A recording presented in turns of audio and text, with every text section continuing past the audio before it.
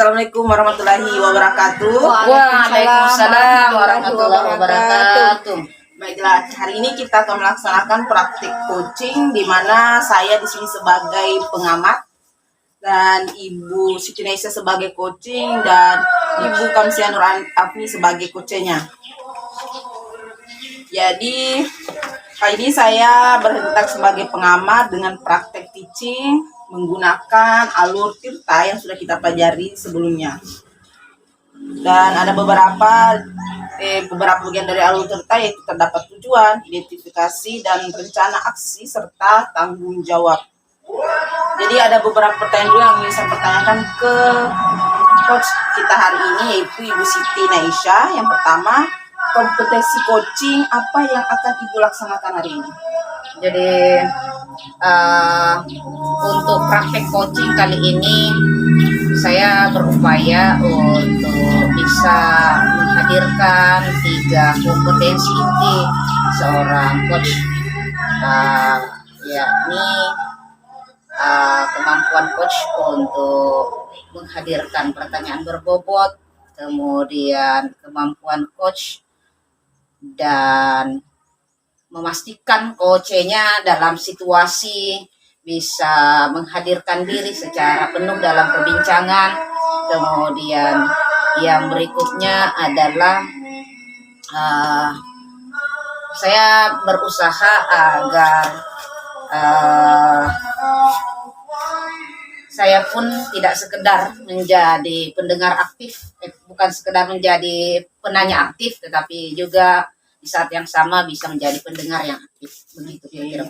Jadi bagian dari itu yang mana yang ikan Ibu aktifkan? Potensi yang paling Ibu inginkan muncul di antara semuanya? Di 3 dimensi itu idealnya bisa dimunculkan secara proporsional, sangat bergantung dengan problem atau objek bincangan kita nantinya. Jadi ketika coach menghadirkan tema atau masalahnya, nah itu nantinya sangat mempengaruhi 3 elemen mana yang paling akan muncul dalam perbincangan. Yang jelas kita akan upayakan untuk 3-tiganya proporsional. Oke, jadi itu beberapa pertanyaan saya ajukan ke Ibu. Untuk kali ini saya menyerahkan ke Ibu sebagai coach untuk mengcoaching Ibu Kamsia. Silakan. Terima kasih banyak Ibu. Ibu Kamsia. Iya.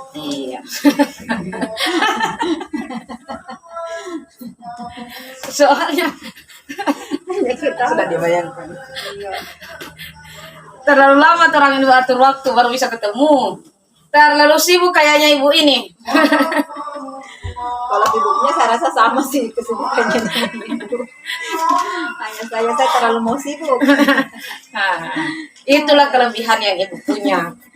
Jadi kesibukan yang Ibu punya adalah kesibukan yang Ibu mau.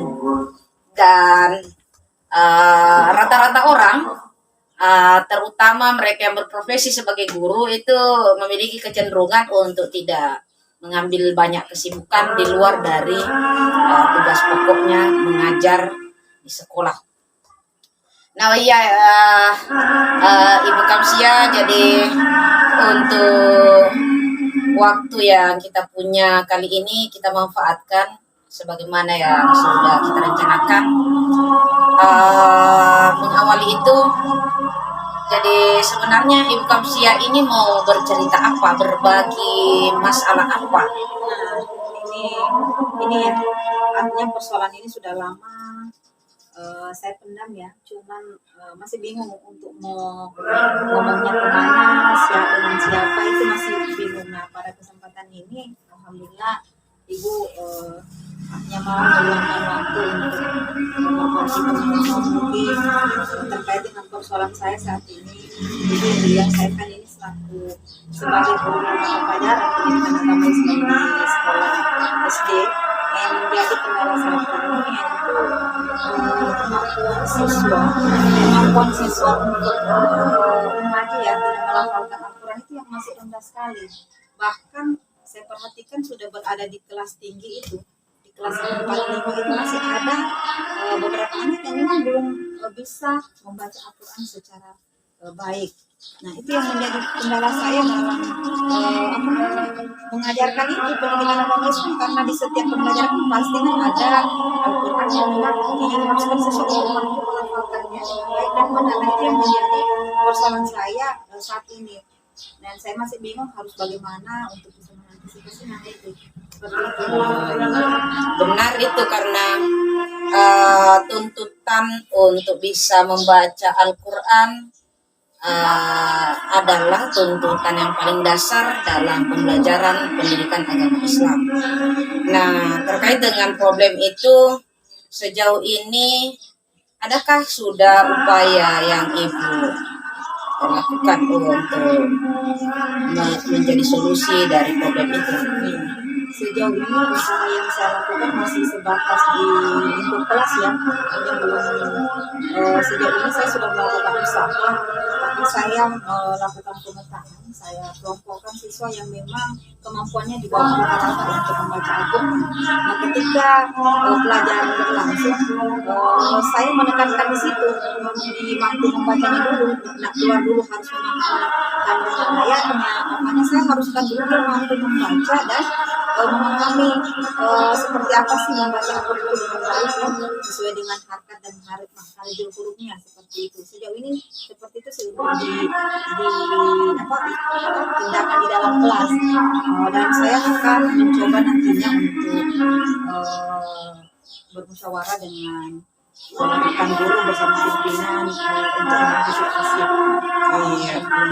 Jadi pada dasarnya Ibu sudah melakukan langkah-langkah perbaikan, meskipun langkah perbaikan ini belum terlalu nyata berimplikasi pada perbaikan secara umum di kualitas dan kompetensi anak-anak kita.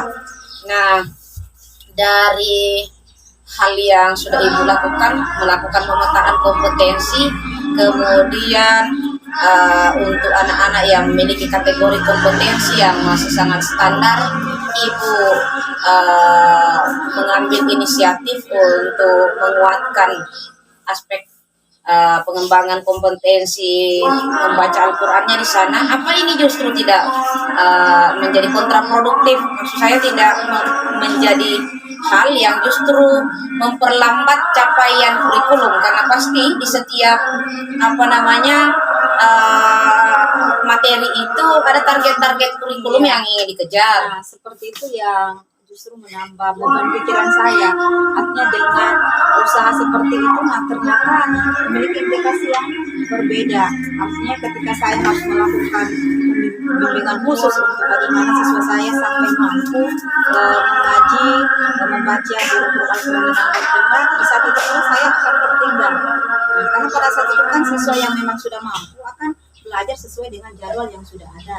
Nah, sementara yang memang tidak mampu ini saya harus tekan di situ dulu untuk bisa mampunya membaca. Nah, yang menjadi rencana saya sih, kalau artinya bisa melibatkan orang tua sebagai artinya apa ya, sebagai komunitas sekolah. Artinya kalau bisa membantu persoalan ini supaya bisa terantisipasi dengan baik seperti itu. Oh iya. Jadi sepertinya sudah ada pengharapan bahkan rencana dari Ibu untuk keluar dari desain ikhtiar yang awal, karena tadinya yang ketemu dengan kendala baru ketika diprioritaskan demikian. Nah, terkait dengan rencana baru melibatkan komunitas di luar dari sekolah, misalnya dengan mitra lain, orang tua atau pihak di luar sekolah, maka menurut hitung-hitungan Ibu, seberapa efektifkah itu nantinya akan berpengaruh baik terhadap kompetensi anak-anak kita? Iya, terkait dengan rencana saya untuk melibatkan komunitas sekolah ya, saya pikir itu bisa lebih menghasilkan mungkin hasil yang maksimal. Kenapa? Karena kita ketahui kan siswa ini kita kan mengajarnya sesuai dengan kurikulum yang ada. Nah, sementara di kurikulum itu kan tidak ada lagi kita harus mengajarkan siswa mulai dari alif baca sampai ya. Bimbingan Nah, baca itu kan sebenarnya tanggung jawab seorang orang tua ya atau wali murid yang untuk bagaimana dia bisa mencerdaskan dulu anaknya dari rumah. Artinya di sekolah itu kan tinggal pengembangannya.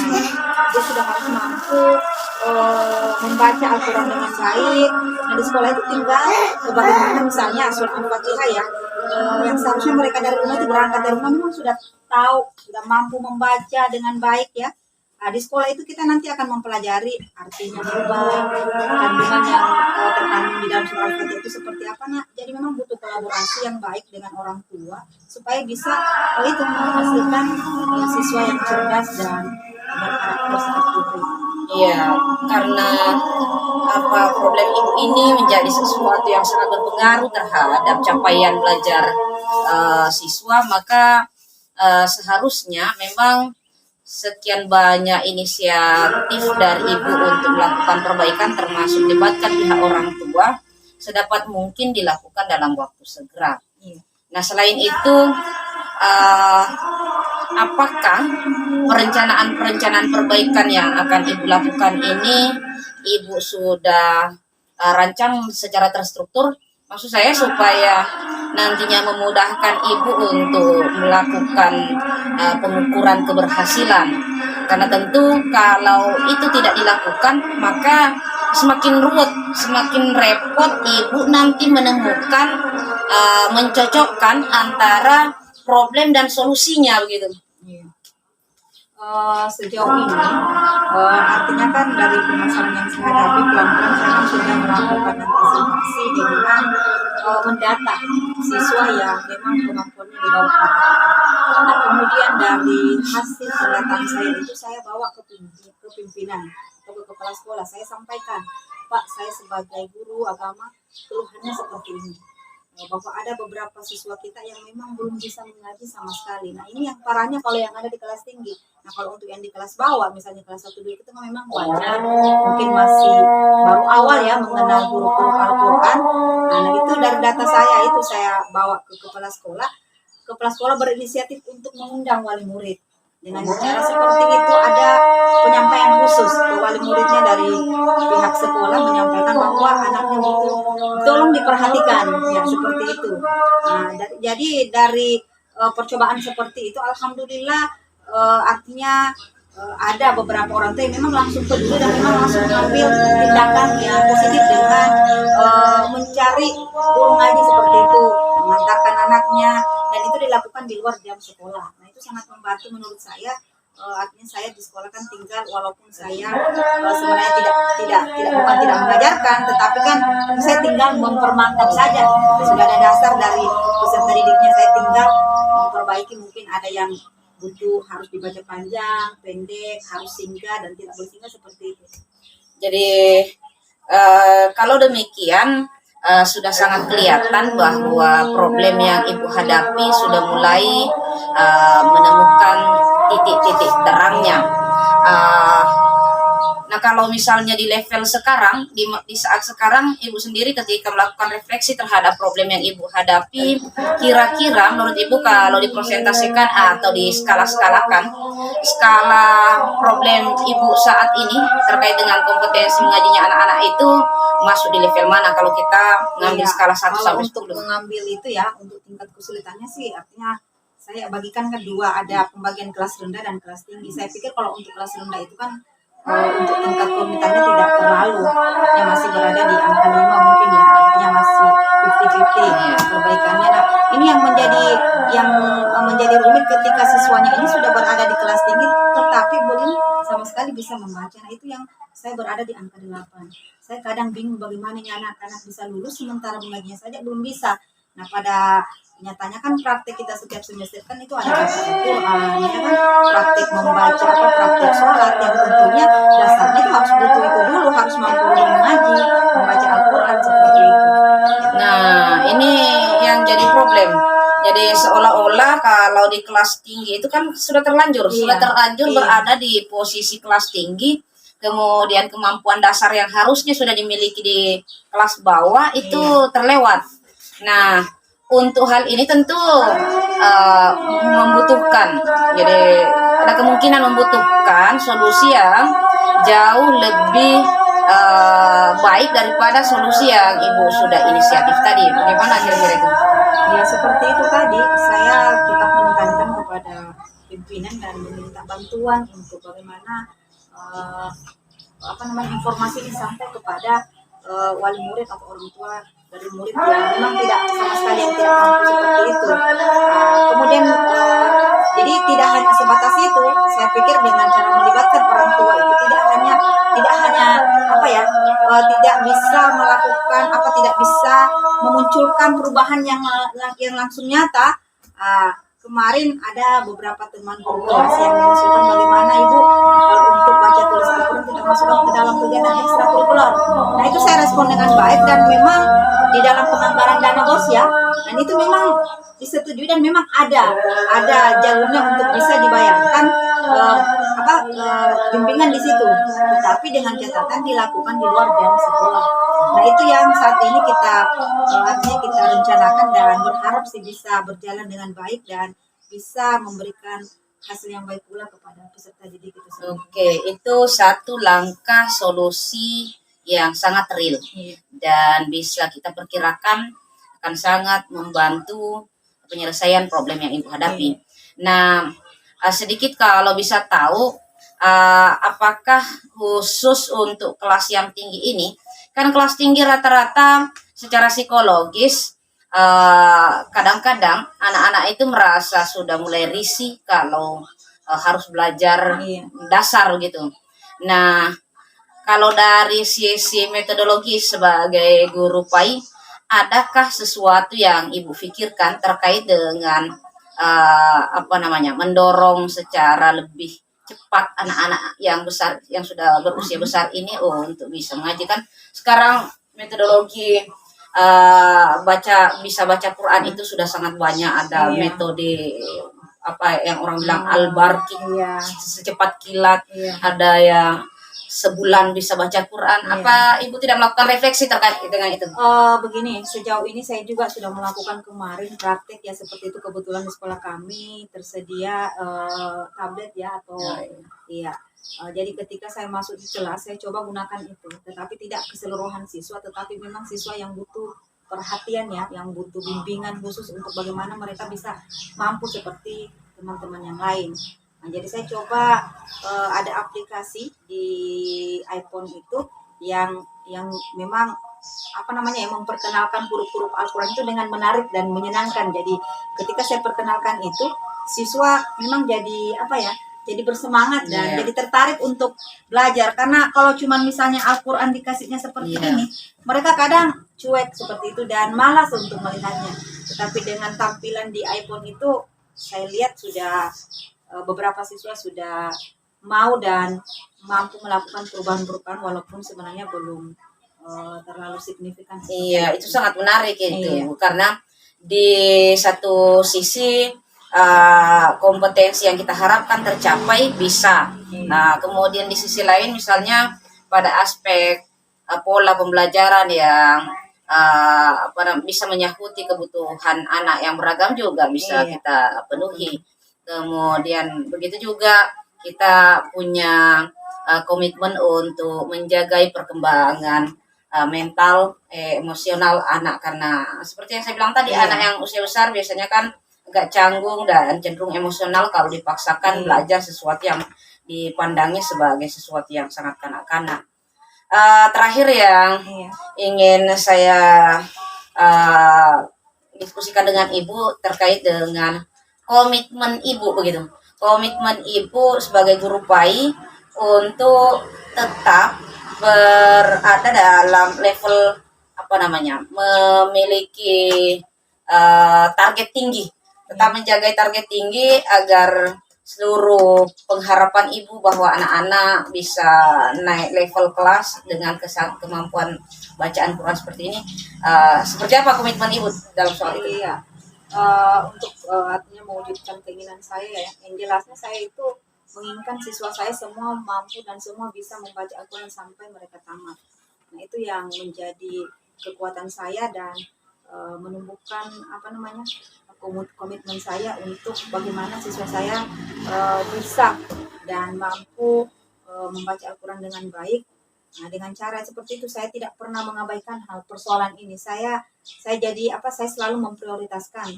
Walaupun mungkin pelajarannya tidak ada kaitannya ke situ, tetapi bagaimana saya bisa mengambil waktu luang. Terkadang kan saya berikan saran kepada siswa. Bagaimana kalau di jam ini kita begini? Nah, sebagian ada yang respon dan memang langsung mereka buktikan. Misalnya biasa ibu tunggu di perpustakaan. Ya. Ketika saya datang di perpus dan memang yang betul-betul memang ini muncul seperti itu. Jadi saya itu tadi intinya saya berkomitmen untuk tetap bagaimana siswa saya seluruhnya bisa lulus dengan 100% mampu membaca dan mampu membaca Al-Quran dengan baik. Iya, semoga apa yang menjadi pengharapan Ibu ini bisa terrealisasi. Jadi untuk sementara seperti ini percakapan kita, Ibu, mudah-mudahan apa yang kita diskusikan ini menjadi referensi yang baik bagi Ibu dan komunitas sekolah secara umum. Selanjutnya kami kembalikan kepada pengamat. Oke, terima kasih banyak Ibu Siti Naisha dan Ibu Kamsia atas praktek coachingnya hari ini. Dan alhamdulillah Ibu sudah melaksanakan praktek coaching sesuai dengan alur kita. Jadi saya sudah mengamati di mana sudah terlihat ada tujuan, identifikasi, dan juga ada rencana aksinya. Tapi ada beberapa pertanyaan yang ingin saya tanyakan ke Ibu Siti Naisha sebagai coach hari ini. Yang pertama itu indikator aksi, indikator ya keberhasilan dari praktek yang sudah Ibu laksanakan hari ini. Apa yang sudah Ibu rasakan indikatornya yang sudah terlihat dari coaching hari ini?